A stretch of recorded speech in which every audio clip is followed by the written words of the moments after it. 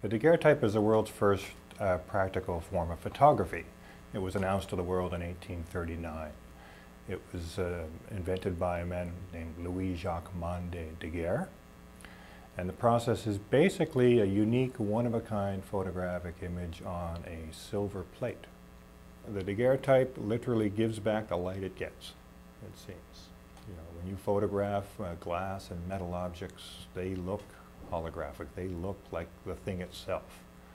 The daguerreotype was described as the thing itself, you know, nature describing itself. Now, I said there was two rules. Everything affects everything, and it's always a bromine. The third rule is there's no such thing as a perfect plate. So when you're working, don't get too caught up about, oh, there's a little dimple in this plate, because at the end of the day, a very fine daguerreotype put over top of it, you won't see that.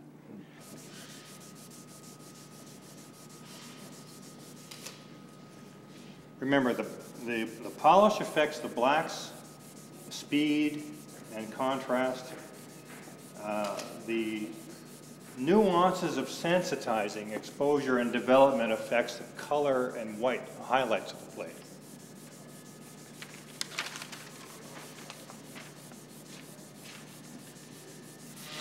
Up and down.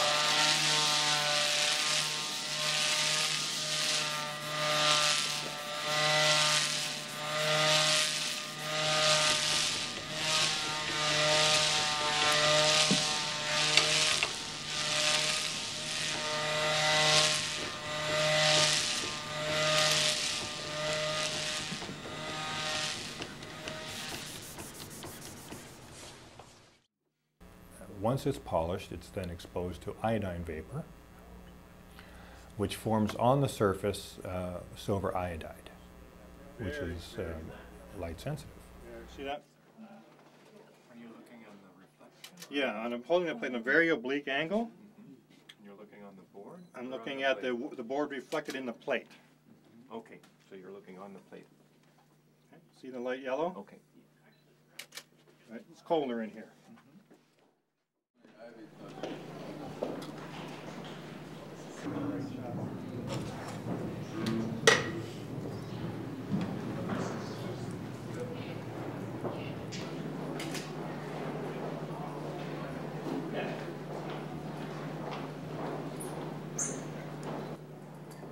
Okay, hold still.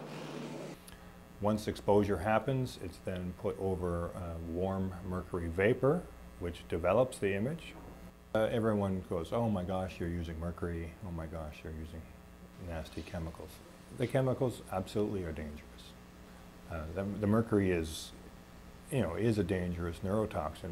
More so dangerous is the bromine. Bromine is an extremely nasty corrosive vapor. In its pure form, it's far too concentrated to use.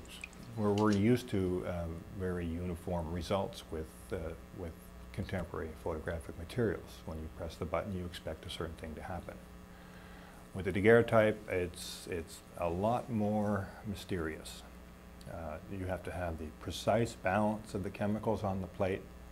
It's sometimes very difficult to tell that you've got the precise balance of chemicals on the plate. You really don't know you have the precise balance of chemicals on the plate until you take the plate off the mercury and look and see what's developed. You can go along happily thinking everything is fine and turn the plate up off the mercury and it's blank. Or it's underexposed, overexposed, underdeveloped, moisture has interfered. There's many, many pitfalls to the process. It's probably the most challenging photographic process I've ever done.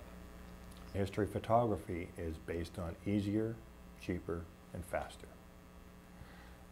The daguerreotype is a unique one-of-a-kind image. It's not cheap by any means to make. In the 19th century, it was a week's wages to have your portrait taken. You know, by 1851, if you could, you know, it's extremely laborious to polish the plate. Takes me about an hour to get a plate to a surface ready to receive the iodine vapor. I mean, the resolution of the daguerreotype is unsurpassed.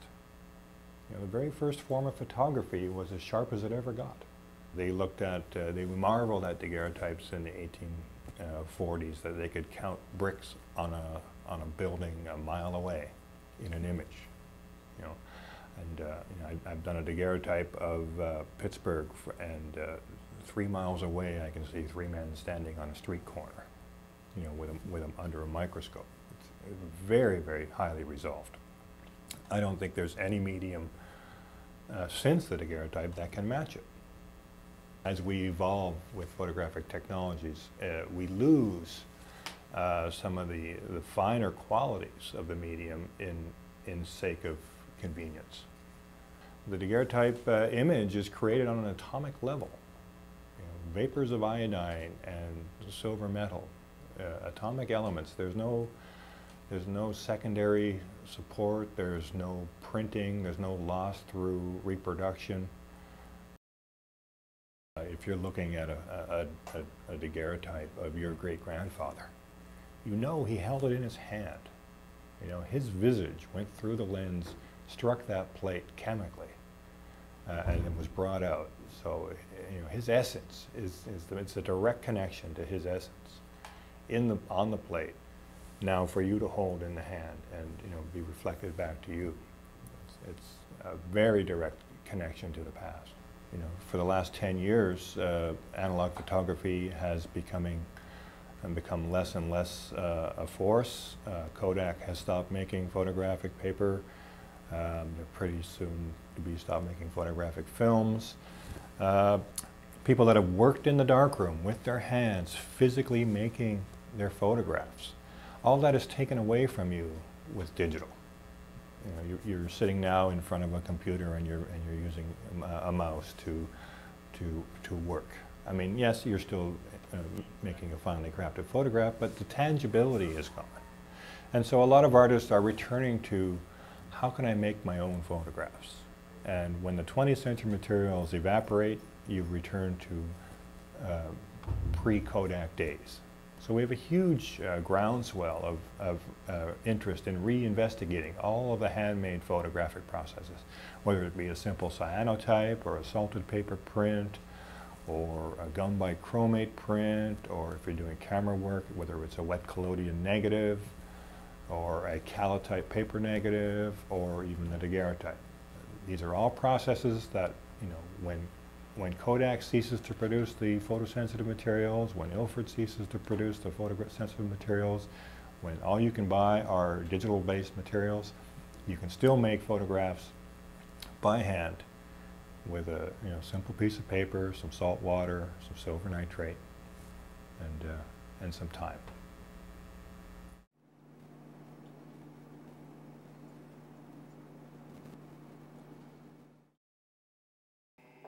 It's magic.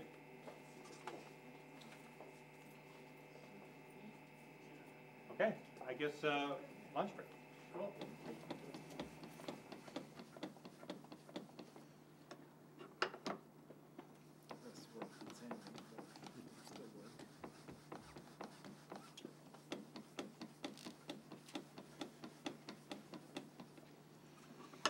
But those of you that are looking really closely, you'll see that this is actually a much deeper polish.